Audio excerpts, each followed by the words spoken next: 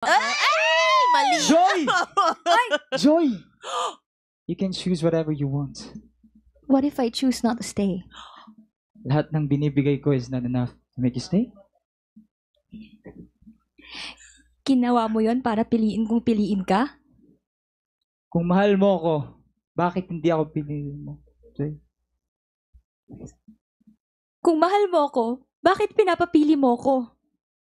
Ethan and Joy, hello, love, goodbye ulit. Grabe naman ang mga linyahan naman for today's video. Jen de la Serna, everyone. Jamie! Everyone! Hello, Showtime Onliners! Kakamis! Yes! At Tamis you're still namin. tuned in sa programang Puso ang Pag-uusapan sa tanghalian. This is exclusively, Especially for you. you.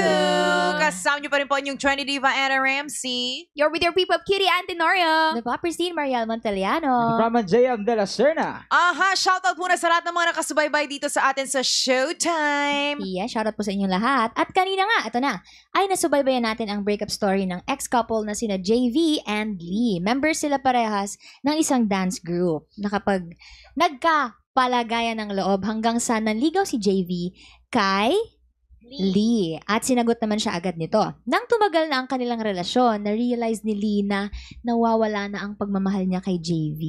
At nag-break.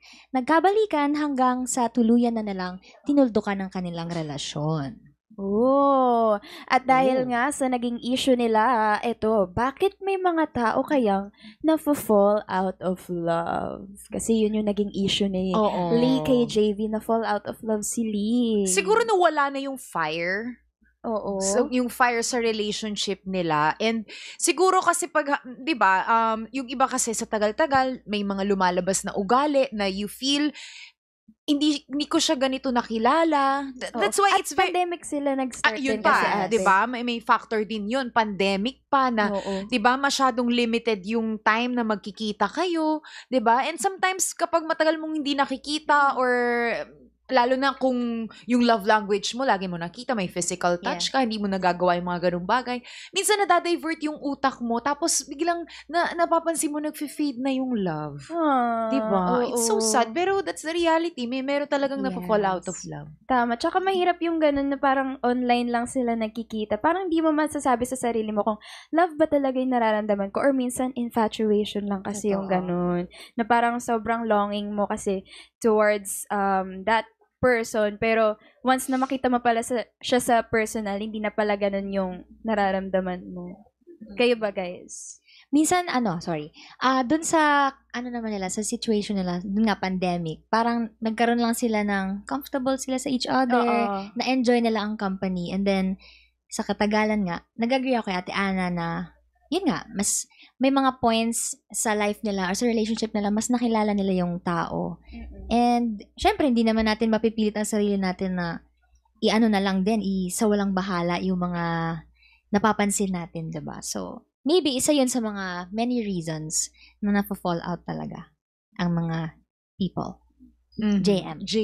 Ako siguro, simple lang, dahil may changes, di ba? Na nangyari. Kasi, yun nga sabi ninyo, di ba, na ano siya, pandemic days. So, katulad ng sinabi ni Searchy number 2 ba yun? Na parang aligaga yung tao sa paghahanap ng mag-entertain sa kanila kasi nga bored sila. True. Oo, so kahit nga ako bored nga ako noon eh. Hindi naman sa paghahanap ng relationship. Diba? Kasi wala tayong magawa talaga. True. So, puro online na lang 'yon. Pero ayun, siguro yun na nga dahil may mga nagbago. Change. Tama. Totoo Oo. yun. Oh. Yeah. Alam mo, humahanga talaga si Mariel sa mga bawat salita na nilalabas ng bibig mo. JM, ha? Tama. Parang, huy, teka nga muna, papasok ba kayo sa relasyon kung nakapasok na kayong dalawa sa relasyon? Hindi, mali. Ay, papasok ba kayo sa relasyon kung hindi pa kayo ready mag-commit? Ayan, sige. Ako hindi, ate. Kasi syempre mahirap yung parang yung ganyang urong sulong. Parang Urong sulong na. Uy, mahirap yan yung hindi ka pa ready mag-commit pero parang gusto mo nang magkaroon ng relationship kasi parang hindi ka pa talaga ready. Hindi pa ready yung heart mo, yung mind mo na magkaroon ng isang partner. So, dapat, feel ko, bago mo sagutin yung manliligaw mo or bago mo talaga i-official yung nakakausap mo, dapat alam mo sa sarili mo na prepared ka, na ready ka, na may makakasama ka na sa buhay mo. Hindi na lang ikaw. Yeah. Oh.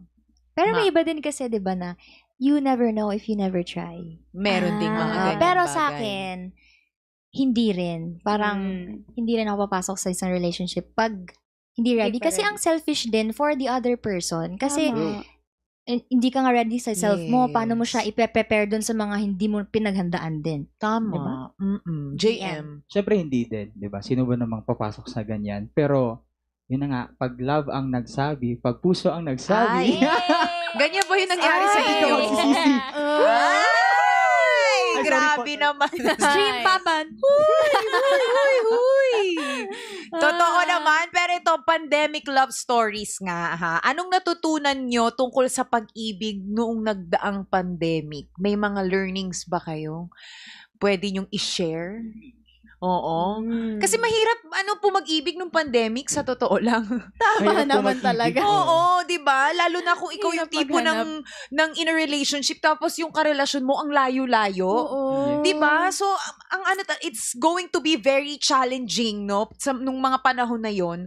So siguro kung ako kung ang matututunan ko doon, pag mahal mo, gagawan mo talaga ng paraan. Totoo. Wala kang reason kasi ewan ko, siguro nagmahal ka during pandemic, tapos naging kayo, tas hanggang ngayon, pa rin kayo pa rin. Parang congratulations, ang strong nyo.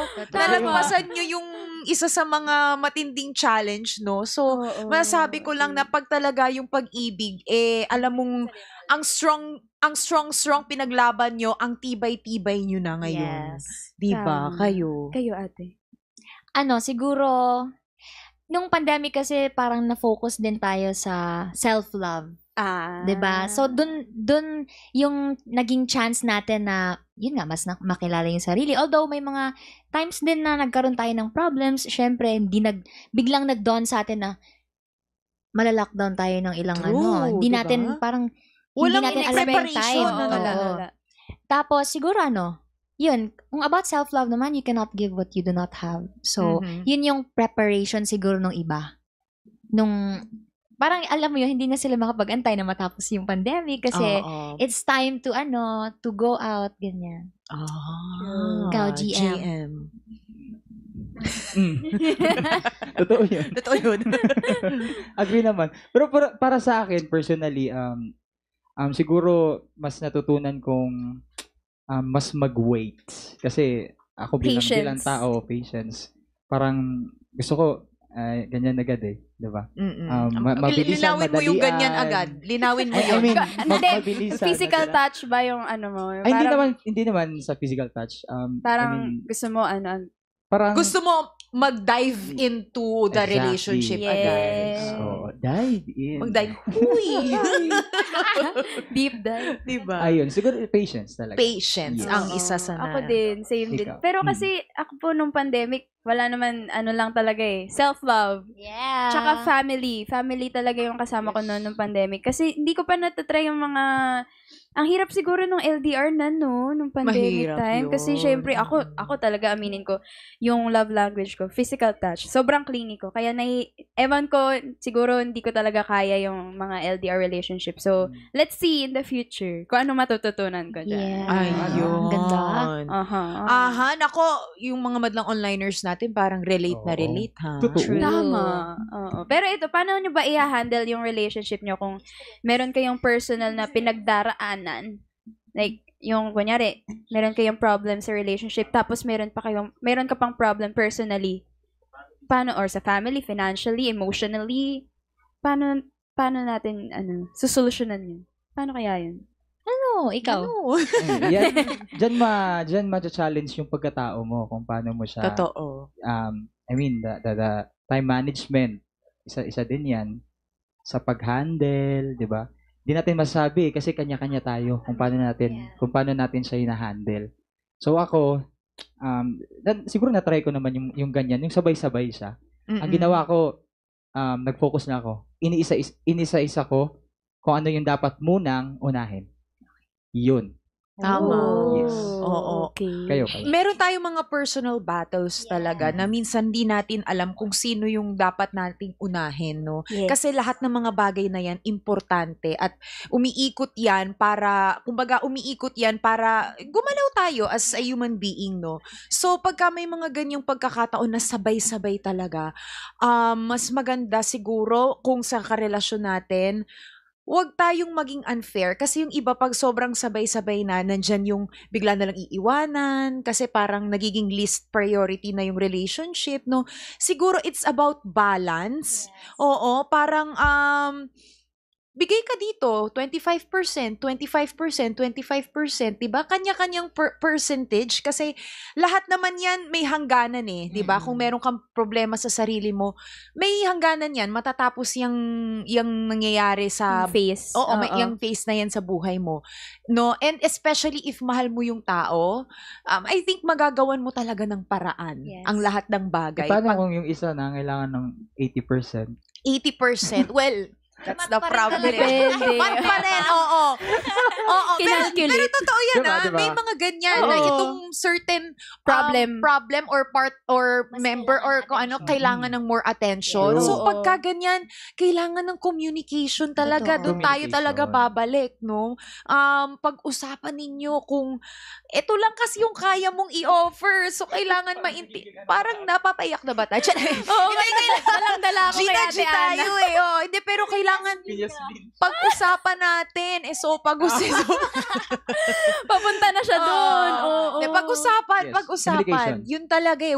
There's no other way. Oo, at saka tulungan din kayo ng partner mo. Kasi syempre, ang hirap nung mag-iwanan nga kayo. Sabi mo nga, Diba? Ate Ana, na nako-compromise kasi yung isa't isa. Yung parang, okay, may problema ako personally, hindi kita papansinin, susungitan kita. Hanggang sa parang maging toxic na yung relationship nyo. Which is Tama. not good at hindi rin maganda na ipagpatuloy mo yung ganun. Kasi Yes. nakakasira ng mental health, ng lahat-lahat na. So, lahat din madadamay once you don't know your priorities, kung anong uunahin mong problemang isusolve mo. So, dapat ikaw, kilala mo sa sarili mo kung paano ka, kung ano yung coping mechanism mo para hindi mo rin naapektuhan yung partner mo. Totoo. Yeah. Actually, True. dagdag ko na lang po. Mm. Parang especially kung nasa relationship kayo, parang share the burden, share the load, kasi dalawa kayo. Ay, Oo. Mas maganda rin kasi na nagtutulungan, alam mo yon. Syempre, papasok ang communication. Maganda ang communication, maganda rin yung comprehension. Yun naiintindihan nila. So, hindi kasi pwedeng sabihin mo lang tapos hindi nyo pala gets. Diba? Oo. So, Iba saan siya yun. nanggagaling? Yes. Tama. Yan. JM, Totoo. oo, diba? Agree ka? Tama yun yes, talaga. tama talaga siya. Communication and comprehension equals Equals Solution. Solution. Naging mat na tayo, pero madlang onliners, keep on following us for more breakups and love stories dahil we share this. Especially for you. Grabe naman, tuloy-tuloy pa rin ang saya. Solid show timers. Madlang onliners, tutok lang dito sa TNT Kids at samahan niyo ulit kami bukas dito sa pinakapaborito niyong pananghalian tambayan sa buong universe. Ito ang Showtime!